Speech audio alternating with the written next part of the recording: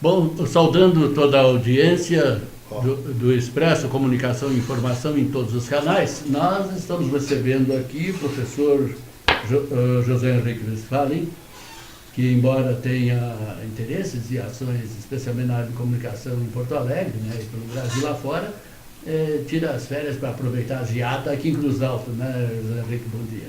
Bom dia, Rui, bom dia, amigos telespectadores aqui da Rádio TV do Jornal Expresso Online, do meu amigo Assis. Coisa boa se eu tirasse férias, né, Rui, mas a gente está sempre trabalhando, sempre correndo. Tem diversas atividades aqui em Porto Alegre também, tem um envolvimento bom com a nossa Unicruz, com a querida Margarete, com a Carol Giacobo lá da comunicação, onde agora, dia 17 de agosto, inclusive, eu vou estar ministrando uma oficina sobre storytelling na semana acadêmica ali, né, da universidade. O ano que vem eu vou passar a integrar o quadro da pós-graduação aqui da Unicruz, com muito orgulho. Por isso eu fiz técnico agrícola na Unicruz. Esse é um ponto da minha vida que quase ninguém sabe, né? O José Henrique é formado em ciência política, é mestre em comunicação, mas quase ninguém sabe que eu sou técnico agrícola formado pela Unicruz. Mas eu nem comento muito isso porque eu sou um técnico agrícola vergonhoso. Verdade. Quer dizer, nunca exerci. Você não sabe capinar, então, né? Não, até sabe ainda. Não, até sei ainda. Eu tenho um sítio lá em Águas Claras, lá de vez em quando eu dou uma brincada lá, mas não é muito mais minha praia. Já perdi as habilidades que eu adquiri no curso. Mas, José Henrique, exatamente essa questão da multidisciplinaridade, do multiconhecimento, não é uma coisa inusitada, né? Isso tem que ser servido. Bastante. Veja bem que eu comecei a minha vida profissional, eu sempre tive uma vontade muito grande de seguir os passos do meu avô, e a família ficou muito feliz. Mais um médico na família. Não, mas eu gosto da política. Aí foi aquela amor. Não, meu filho, não faça isso. E aí eu fui fazer faculdade de ciência política, com ênfase em marketing político. Trabalhei com o deputado Nardes, coordenei a campanha dele na última vez que ele foi deputado, Augusto Nardes, a última vez que ele foi deputado federal antes de ir para o Tribunal de Contas da União. Trabalhei na Assembleia Legislativa, na Câmara. Aqui em Cruz Alta, com muito orgulho, fui secretário de Trânsito uma época e subsecretário da administração. Então sempre tive essa vontade de trabalhar na política. Mas vamos pegar esse viés do ex-deputado, ex-ministro Augusto Nardes. Tive uma grande amizade com ele, acompanhei a epopeia dele na época em que se resgatava um pouco a própria democracia, valorizando o pequeno empreendedor, né? Perfeito. E nós tivemos até num encontro lá em Santo Ângelo, onde ele fez um encontro regional, que se debateu muito essa questão. E até tivemos assim uma coisa interessante, porque eu era jornalista, não tinha direito de me manifestar na Assembleia, né? Sim. E o deputado Augusto Nardes, não, pode usar o meu espaço. E eu falei, ministro, o deputado, na época ele era presidente da Comissão para a Pequena e Microempresa, a questão não é a dificuldade do governo reformular a legislação ou as suas possibilidades de arrecadação, é o lobby da grande empresa. E ele me disse, olha, é verdade. E ele depois teve uma comprovação dolorosíssima, foi no governo Fernando Henrique, ele tentou levar o projeto, chegaram lá no Palácio do Planalto e tinha um projeto pronto. Quer dizer, passou por cima desse. Mas eu queria que você me falasse nesse aspecto.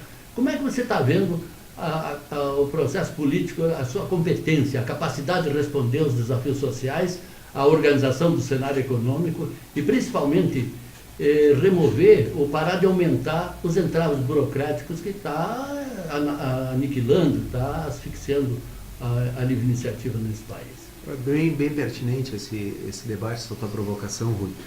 Quero começar fazendo uma análise um pouquinho anterior para que o nosso telespectador, nosso amigo aqui entenda. Há alguns anos atrás, qual era a tua única esfera e a única possibilidade de participar da vida pública, da vida política? Ou era através dos sindicatos, ou era através dos partidos. Só que a evolução do corpo social, da ampliação dos meios de comunicação, da ampliação das sociedades do segundo setor, que a gente chama, né? São aquelas associações intermediárias entre governo e sociedade, e principalmente esse espaço aqui, que é o espaço das redes sociais, é o espaço da internet, o espaço do vídeo, do áudio, que deu capacidade para absolutamente qualquer pessoa poder se manifestar politicamente sem precisar participar de um sindicato ou sem precisar participar de um partido político. Isso mudou a relação de poder. E se nós formos ver hoje, por que os sindicatos estavam esperneando tanto com o fim do imposto sindical? Pois se eles tivessem a relevância e a importância social que se imaginava, as pessoas iriam pagar o imposto sindical sem problema nenhum. Mas como eles perderam poder, perderam relevância, se tornaram massa de manobra de governos, perder o financiamento significa esvaziar o movimento político. Os partidos políticos, quando as pessoas passaram a interagir mais com os políticos, entender, porque os atos foram publicizados. Se existia corrupção antes, é claro que existia, apesar de que no nível de corrupção que o Brasil chegou hoje... Nível industrial? Uma escala exponencial absurda, mas não se publicizava. Hoje eu tenho publicização dos atos públicos. Então, isso é a única diferença, né? Mas é a grande diferença. Onde tem luz, tem verdade. Porque a mentira, ela vai pelas sombras. Não dizem, José Dirceu está agindo pelas sombras. O que é o político que age pelas sombras? Nos bastidores, fora da luz, no escuro, né? Assis, é a corrupção. Então esse jogo inverteu. E a questão da burocracia é praticamente uma defesa do governo contra a perda de poder. Porque o problema da burocracia brasileira, ninguém consegue entender a receita. Nem quem trabalha com contabilidade, quem é auditor fiscal consegue entender. A receita tem N regras e passam baixando medidas e normas e editando cada vez mais para complicar o sistema tributário brasileiro. Porque isso é poder. Onde poucos conhecem, poucos sabem mexer, tu tem um poder de uma categoria. Imagina se o Brasil fizesse um sistema tributário estilo americano, que tu é taxado no momento da compra. Olha, eu tenho 6% aqui de imposto que tu paga em cima de absolutamente tudo que tu for comprar e tu tem teu imposto de renda no final do ano. Acabou. Com uma informatização e mais 10 funcionários eu tenho uma receita federal. Aqui no Brasil não. Eu tenho uma máquina absurda e isso entravou o simples, além, obviamente, e sim o lobby das grandes empresas. E a gente está vendo aí a dona JBS, que levou 14 bilhões de reais a 4% ao ano de juro e carência. Já tinha criado um banco sistema. E aí pergunto a você, telespectador, ao Rui, ao Assis, ao comerciante, o dono da padaria, o dono de uma oficina, se precisa pegar dinheiro, tu consegue dinheiro a 4% ao ano? Não. Tu pega dinheiro a 4% ao mês. Se for amigo do banco. Isso se conseguir com um juro camarada, um juro honesto. Então é tudo isso muito bom. complicado. Agora, professor José Henrique, exatamente. Agora aqui nós vamos ter duas abordagens. A primeira, sobre os sindicatos, por exemplo, nessa representatividade. Mas o nível caiu muito, porque eu trabalhei um certo tempo, muitos anos, na área de petróleo, e tinha um sindicato poderoso, mas que era muito respeitado também pelas companhias. Eu evolui de trabalhador lá de operações para administrador, então eu passei pelos dois níveis. E quando nossas mulheres ganhavam nenê, dava lucro, porque o programa de benefícios da empresa e o sindicato era muito bom, dava perfeita cobertura. Mas depois nós vemos, por exemplo, os conflitos na indústria automobilística, né? Houve quebra-quebra no ABC e tudo mais. Então, você acha o que está acontecendo com esse financiamento garantido, esse patrocínio do confisco do Estado, porque é um confisco esse imposto sindical, que se cobra todo ano, que se cobrava, né? Não baixou o nível. Quer dizer, não está faltando sindicalista mais ideológico, mais compenetrado e um pouco mais alfabetizado? O que lhe parece? É uma observação muito boa, mas eu fico pensando da seguinte maneira. Se eu tenho sindicatos que, para sobreviver, dependem da máquina pública, eles não dependem dos sindicalizados. Os sindicalizados dão dinheiro direto para o governo e o governo repassa. Então ele depende do dinheiro público. É normal que as lideranças políticas queiram dominar os sindicatos a seu benefício. Se eu sou um líder político e quero dominar determinada área, eu vou colocar alguém mais competente que eu ou alguém menos competente que eu possa manobrar? Olha, Cruzal, ninguém quer gente muito inteligente aqui. Só o Assis que está se arriscando e trazendo aí. Diferente da iniciativa privada, aonde quando eu contrato funcionários, eu procuro contratar pessoas mais capacitadas e melhores do que eu. Na administração pública, o líder político, o líder que domina um sindicato, ele faz o contrário, ele não quer botar boas pessoas e boas lideranças. Qualificados. As boas e as lideranças qualificadas ele quer massacrar, ele quer que ela suma, porque é sombra, pode acabar, pode tirar e mostrar a fraqueza desse líder político. Então ele transforma partidos políticos fracos, sindicatos fracos, associações fracas, ao seu bel prazer. E a gente vê no nível municipal também, quando determinada prefeitura, determinado prefeito agora essa associação não vai mais ser tu, tem que ser o fulano prefeito, o presidente. Aqui nesse sindicato, não, agora o presidente aqui é tu nesse partido vai...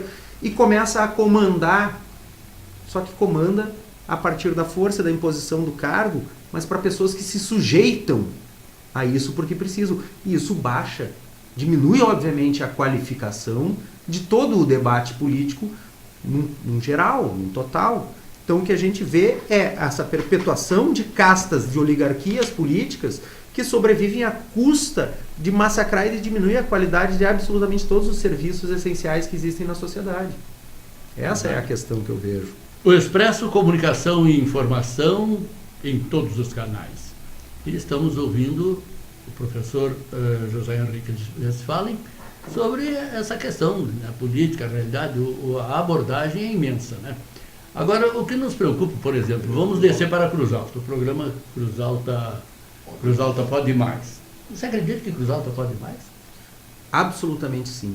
Pois é. Eu não tenho dúvidas. Nos preocupa, José Henrique, o fato de que hoje a administração, por exemplo, Cruz Alta é uma cidade pobre de processos empresariais, né? Nós não temos, por quê? Na minha opinião, qualquer processo empresarial tem que se relacionar com o exterior. Isso significa tecnologia, abertura de mercados, estabelecer parcerias com empresas competentes. Então eu gostaria primeiro, você percebe aqui em Cruz Alta alguma vocação para essa abertura da economia, para não depender só do setor primário, que é 7% do PIB? Excelente. O que eu vejo, tá? E aí até vai casar muito, aproveitar e fazer um merchan aqui, né? Uma propaganda, dia 31... Precisamos de gente que acredite no seu produto. Dia 31, agora eu consegui trazer, sem custo algum, zero para a CI, uma palestra que vai ser aberta aí, o Oscar Azevedo, que é presidente do APL Metal Mecânico de Caxias do Sul, presidente do CIMEX, e o Pedro Pezzi, que é professor da Unicinos, da ESPM, falando sobre o futuro e inovação na agroindústria e nos negócios. Ou seja, vai falar sobre futuro, sobre tecnologia, sobre inovação, e o Oscar vai falar sobre o APL. O que são os APLs? São arranjos produtivos locais, você deve ter já conhecimento, porque na Europa é muito forte, mas ele busca o quê? Explorar as potencialidades locais e formar arranjos produtivos cooperados. E essa é a grande questão, que até hoje se sucedem governos, mas nenhum busca sentar e conversar com os diversos segmentos da sociedade e descobrir qual é a potencialidade de Cruz Alta, qual é a vocação de Cruz Alta, porque não adianta eu ficar naquela... Nós precisamos trazer indústrias, precisamos gerar emprego. Que tipo de indústria pode vir para cá? Qual é o tipo de emprego que nós podemos gerar?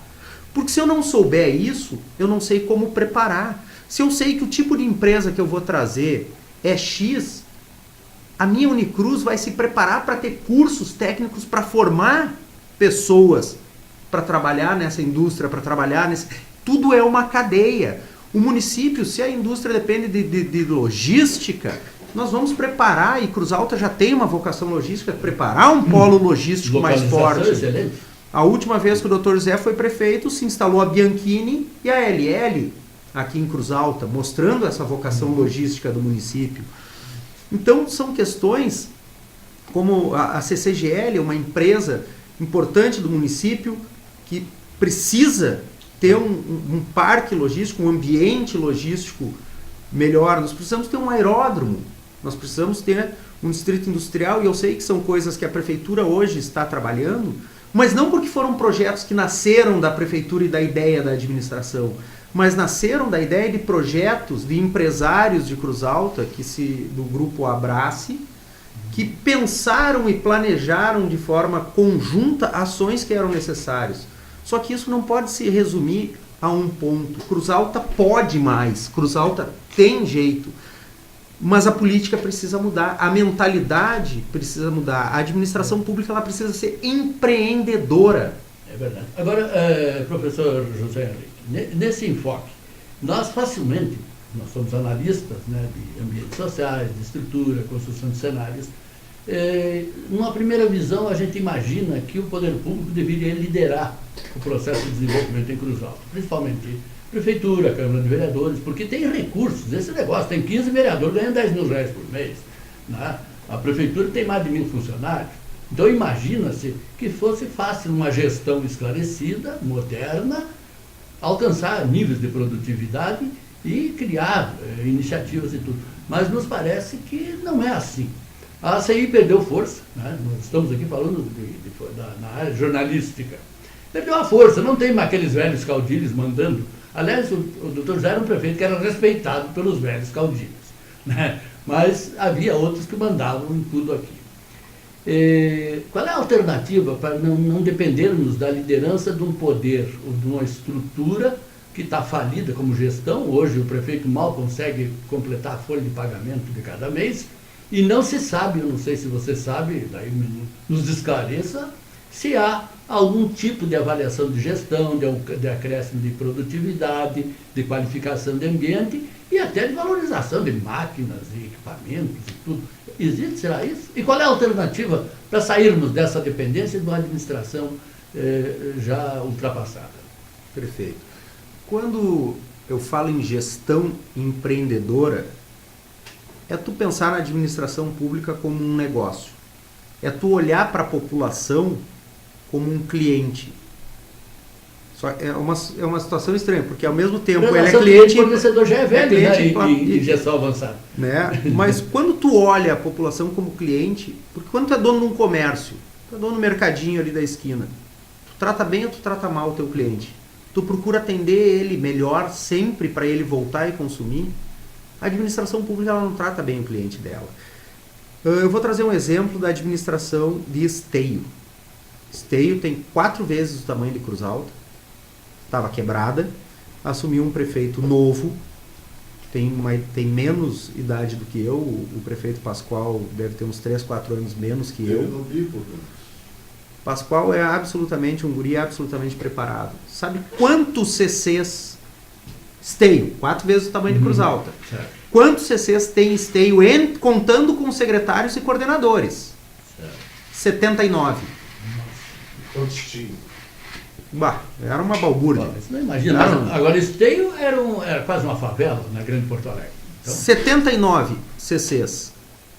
E ele está conseguindo fazer uma administração maravilhosa junto com o funcionalismo público.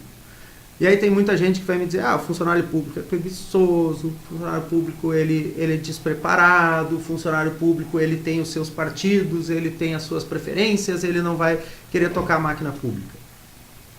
Talvez seja aquela coisa que nasceu primeiro, o ovo ou a galinha, né? Ele é despreparado e é ineficiente porque ninguém preparou ele e deu condições de trabalho, ou ele é assim e por isso ninguém dá condições de trabalho? Eu vejo que dentro de uma empresa tu também vai ter funcionários que vão fazer corpo mole, que vão fazer de tudo para ser demitido, para pegar ali sua grana e coisa e tal. E o que um bom gestor faz? Um bom gestor cria um ambiente de trabalho. Um bom gestor, ele valoriza aquele funcionário e coloca as pessoas para trabalhar nos lugares certos, as competências certas nos lugares corretos. E isso tu faz com que o corpo funcional que está lá, que é um ativo da prefeitura, passe a produzir melhor, porque tem condições... valorizar. Consequentemente, tu tem menos CCs, mais dinheiro na máquina pública para poder investir no que é correto. Professor José Henrique, isso nos remete a uma outra questão. Com a automação, com a melhoria de equipamentos disponíveis, com quase todos os processos online, o foco da competência do processo, do sistema, há de ser nas pessoas. Né? Com certeza. O nosso processo político não fez essa transição. Né? Tem muito político sem formação. Não tem nem 10% da sua formação, por exemplo, como prefeito, como administrador de Câmara de Vereadores, essas coisas. A minha pergunta é a seguinte: como é que esse pessoal vai dialogar com as exigências dos novos tempos? Desde a época da automação, do online, né? Em que o cara não faz mais 10 ou 15 atendimentos de bodega por dia. Ele processa 300 transações, 250, eu sei, eu vi isso na Fiat Automóveis. Claro. Uma pessoa processa 200 transações. Vamos lá, de um lado, eu não posso dizer, o vereador que ele não tem curso superior não pode ser vereador. Porque, primeiro que eu vou ferir um princípio democrático, porque um vereador, um deputado, ele representa uma parte da população. Ele precisa ser uma representação, isso é a verdadeira democracia. Então eu não posso fazer isso. E ao mesmo tempo eu olho para a Câmara Federal, dentro da Câmara e do Senado, principalmente no Senado, não tem um que não seja formado. No Senado não tem um que não tenha formação superior. Na Câmara Federal, a imensa maioria tem formação superior, tem mestrado, são empresários, são advogados, são médicos, e nem por isso deixam de ser bandido. Nem por isso deixam de ser ladrão. Tiririca não. Tiririca é um dos poucos casos... Mas ele tem uma universidade da vida, porque o humorista, né, vamos concordar, que é um pesquisador do comportamento, dos sentimentos. Exato. Então, assim, porque a moral e valores não vem com diploma. Moral e valores não vem com diploma. Com certeza. Então, eu não sou desses caras radicais que acham que o cara, não, ele não tem curso superior, não pode ser político. Pode. Mas o que ele vai fazer? Vai fazer como o Tiririca, que tu trouxe como exemplo, fez. Ele vai ter que ter uma boa assessoria. Ele vai ter que trazer boas pessoas para trabalhar com ele. O problema é que a gente vê o quê? Quando o político se elege, quem é que ele coloca no gabinete? Cabo eleitoral. Despreparado, mas é o cara que tem voto, que domina um curralzinho eleitoral, que não vai saber fazer nada, que não vai saber tocar adiante. Aí se o político mas por aí nós estamos chegando a contestar, por exemplo, essa forma de voto universal, principalmente esse cartorialismo eleitoreiro que faz com que um vereador se eleja com 600, 700 votos. Isso é um dilema importante. Né? De todos os modelos que está se falando, vamos pensar na eleição seguinte, tá? Agora que querem mudar. Ou a Câmara Federal quer aprovar o distritão, ou seja, não existe mais partido, tu vai votar na pessoa. Porque o partido passa a não fazer a mínima diferença. E aí vai se proporcionar que as castas políticas se mantenham, porque é quem já domina a cena política. É péssimo para a democracia. Lista fechada pré-ordenada é péssima para a democracia. O sistema proporcional que a gente tem hoje, ele é ruim, mas ele é melhor que esses. O ideal mesmo é que nós tivéssemos o voto distrital. O que é o voto distrital? Tu divide o município, o estado, em pequenos distritos. Tu soma ali 3, 4 bairros e o vereador vai concorrer pelaquele bairro, é um por partido, contra aqueles caras naquele bairro. Então aquela região da cidade vai eleger aquele vereador. Aquela região do estado vai eleger aquele deputado. Então aquele deputado, aquele vereador, ele é da região, ele é do distrito. Isso permite uma fiscalização muito maior do parlamentar.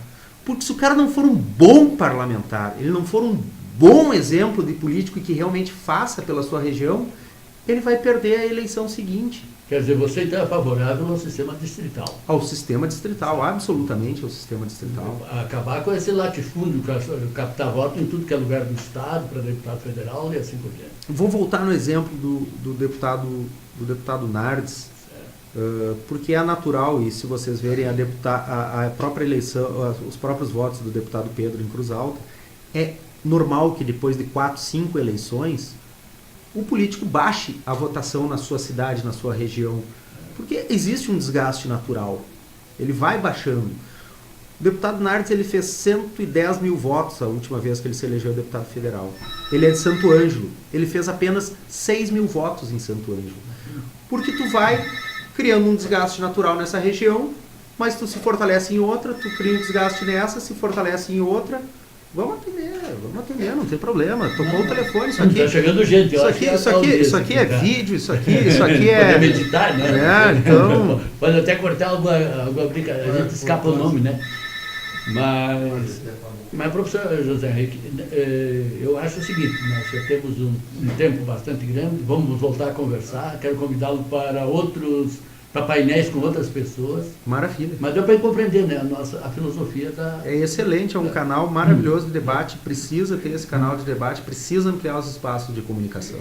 Nós precisamos habilitar outros coadjuvantes, porque, na verdade, e nós temos que reconhecer, conversando consigo, que é um scholar, né, e isso é raro, a administração pública está muito atrapalhada.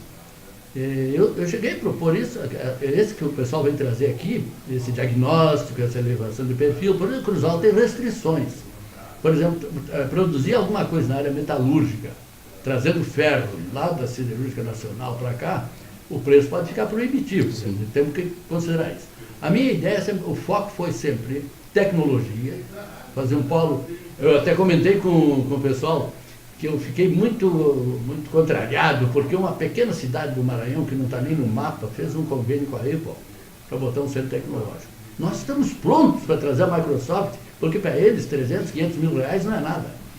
Para botar aqui um polo de estudo, de desenvolvimento de tecnologia, porque nós estamos no meio do sistema agrário, e que você é técnico agrícola e sabe que o gerenciamento está cada vez mais sofisticado. Com certeza. Então tudo isso são oportunidades. O problema é que não se consegue dialogar com a associação comercial, porque quem está lá são aqueles 10 ou 15 que vão sempre na reunião e que não entendem nada, porque não estão lendo nada, só estão sofrendo as consequências das suas empresas mal configuradas, porque a configuração das empresas tem uma obsolescência vertiginosa, né? Você sabe. O caso é essa, por exemplo, a queda dos votos do deputado Nardes, do Pedro Westphalen, que eu acho que é uma pessoa de integridade e tudo, e bastante aberto. Agora, porque vai sendo substituídos. Às vezes para o bem e às vezes para o mal. Esse é o problema. Por exemplo, o fenômeno Lula, o fenômeno PT. Lula diz que elege até poste, e é verdade. Ele tem eleito postes por esse Brasil lá fora. Agora não elege mais poste. O último poste que ele elegeu foi um desastre econômico.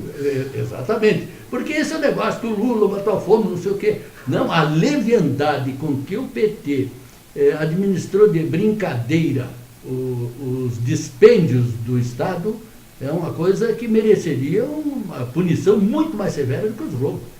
Quer dizer, isso foi uma irresponsabilidade incrível. Nós hoje temos uma tributação medonha, mas só para nós concluir, professor, e espero que possamos tê-lo muitas vezes no nosso, né?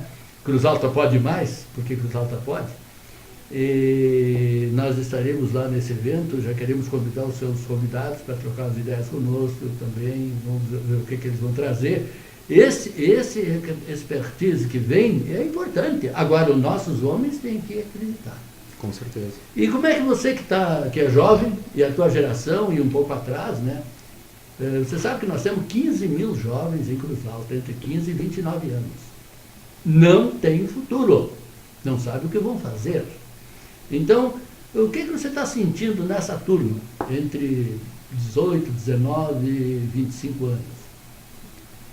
Falta um pouco quando a cidade está em baixa autoestima, e Cruz Alta é uma cidade que está com uma baixa autoestima, é natural que haja uma desilusão, porque tu tem um alto nível de desemprego, tu tem ou empregos com uma baixa renda, que tu fica, mas agora não consigo fazer isso, não consigo fazer aquilo. Mas eu digo que há inúmeras oportunidades que o mercado digital abriu para esses jovens. Jovem, por exemplo, se vocês entrarem no site do Google, o Google ensina a fazer Google Analytics e Google AdWords gratuitamente. Cursos que são pagos, o Google ensina a fazer de graça. A IBM, a Microsoft, ensina cursos de programação para ser programador 100% gratuitos. Porque eles só para fazer uma obra. Você sabe que eu devo ter uns 100 e-books, porque hoje em dia não mantém mais aqueles baçudos livros, né? Nosso 4, você é entendido, né? 3 volumes, né? Peter Drucker, administração, técnicas, práticas e responsabilidades. Nós sofria, né? Agora o e-book tem 30 lâminas no máximo, e tem muito disponível. Né? Material bom, o conhecimento ele está disponível. Eu faço muitos cursos no Coursera. O Coursera é um MOOC, um Massive Open Course, onde eu faço cursos da Universidade de Harvard, de Princeton, Yale, Houston, as melhores universidades do mundo. E só pega nata, quer dizer, você não perde muito tempo. Gratuitamente, sem gastar um centavo. Se eu quiser fazer a prova e certificar, eu pago $50, R$200. Ou seja, mas o conhecimento ele está lá gratuito. Então, todo mundo que eu vejo chorando, reclamando, que tá ruim, tá difícil, mas é porque não está se mexendo. Não tá querendo colocar a culpa no outro. Ou querendo que alguém faça. É preciso assumir a sua responsabilidade pessoal. Agora, como podemos pavimentar, suprir esses buracos de ausência de liderança e de motivação? Porque nós não temos ninguém motivando. Porque eu tenho uma história interessante. Eu era um menino pobre e estudava eletricidade. Eu sou técnico em eletrônica, né? Brinco. Sabe quem é que me incomodou muito na vida, lá pelos 14, 15 anos? Dona Maria Bandara Westphalen, mãe do Torpedo. Eu fui lá para consertar o negócio deles, estava no aparador da lareira um livro dessa de Queiroz. Naquela época eu já tinha lido quase todos os clássicos da literatura mundial. Aí está folhando o livro, olha essa Dona Maria. Você gosta dessa de Queiroz? Que ótimo, eu adoro. Pode levar o livro para ler. Não, mas eu estava só lendo, não. E a partir dali ela passou a me cobrar se eu estava lendo pelo menos um livro por semana. Você imagina. Eu já vi que o Assis está nervoso, ele está batendo no relógio. Não, mas depois nós editamos e picamos isso. Mas o negócio está muito bom, assunto. Então. Agora, eu queria saber como vão preencher esses vários. Bom, para finalizar então aqui a minha participação, eu quero voltar outras vezes, Rui, Assis, telespectador. Não abrimos mão. A única maneira, o espaço, em política e no poder não existe vácuo de poder. Não existe vácuo, ninguém te dá poder, ninguém te dá espaço. Isso é importante. Tu precisa cavar esse espaço. E as redes sociais estão aí para isso. É quem tem uma ideia, quem tem vontade de promover transformações, comece a ocupar os espaços digitais. Assim como eu, toda terça-feira, faço as minhas lives no Facebook. Eu tenho lá 50, 60 pessoas que interagem, eu tenho 800, 1000 visualizações. É um canhão? Não é um canhão, mas já são 50 pessoas que estão escutando eu falar, já são 1000 pessoas que viram o vídeo, e isso vai aumentando, vai multiplicando. Este canal que nós estamos aqui, ele vai fazer isso, ele vai multiplicar e vai levar. Teve uma pessoa que assistiu e gostou, excelente, é mais um. É uma forma de pensar nova. Essa é a maneira que a gente tem de transformar a política. Agora, né? É transformando e é ocupando os espaços. E nos aproximando do que está sendo feito lá fora. Né? Muito bem. Professor José Henrique, realmente a gente fica sabendo que a luz, né? Depois do túnel continua a luz, que as coisas se abrem. Né? Na Cruz Alta é um desafio para as suas preocupações, né? O seu desafio é incrível, né? Mas que bom que está aqui. não vai embora. Não. Não nos deixe, né? Não nos abandone. Não, estamos Então, dia aí. 31 tem um evento Dia na 31, ACI, na com esse ACI. pessoal da Oscar área Azevedo, presidente do dessas APL, do estruturas. CIMEX de Caxias, Oscar... Isso vai ser à Tiano. noite? Vai ser À noite. À noite. À noite, 19 horas. Porque é uma provocação, né? Uma sensibilização. Depois precisamos continuar. Depois precisamos Vamos inventar continuar. alguma coisa lá com o João Paulo, Temos com que o desdobrar. Rodrigo Fraporte, com aquela turma, com o Rodrigo... Gelé. Temos que desdobrar porque... Não, o presidente CLL. Sim. Que é muito Veiga. atilado. João Paulo. Veiga, com o Rodrigo Veiga. Nós temos que continuar esse debate, desdobrar, achar a verdadeira vocação de Cruz Alta e ter um plano de desenvolvimento de Cruz Alta suprapartidário, apartidário, que tenha um compromisso de todos que são envolvidos na cena pública, na cena política, na cena da imprensa, de ter um compromisso, uma agenda 2020 de Cruz Alta. Né? Qual é a Cruz Alta que nós queremos Quem é que para está daqui fazendo 10, isso, 15, 20 anos? O José Henrique. A Federação tem Aqui em Cruz com quem Alta. que dá para dialogar? Eu Consegue conversar com alguém? vejo algumas movimentações tímidas ainda de alguns empresários. O Rodrigo Veiga é um. O que tá Rodrigo interessado. Veiga, o Fernando Catânio, o Isso. próprio Prevedelo. São pessoas que estão se movimentando. Mas não estão se comprometendo muito. Isso eu estou dizendo por minha responsabilidade. Não estão topando brigas, né? Mas eu acho que está na hora de a gente acirrar. Acho que tem que então Pois é. intensificar e provocar esse O Rodrigo pessoal Fraporte também me Pra sentia que- com certo interesse. para que brigue mais. Eu acho que os veículos de comunicação, assim como o Expresso, como o Grupo Pilau, o próprio Grupo Diário Serrano, precisam usar a força que tem de comunicação para provocar mais, para trazer mais Cruz Alta para o debate, para fazer as pessoas pensarem. Cruz Alta pode mais, mas nós precisamos provocar isso. Perfeitamente. Professor José Henrique, muito obrigado. Nós vamos estar rodando esse vídeo e alguns trechos deles e tudo na nossa programação, né? Porque o Expresso é jornal, mas é também todas as redes Maravilha. sociais.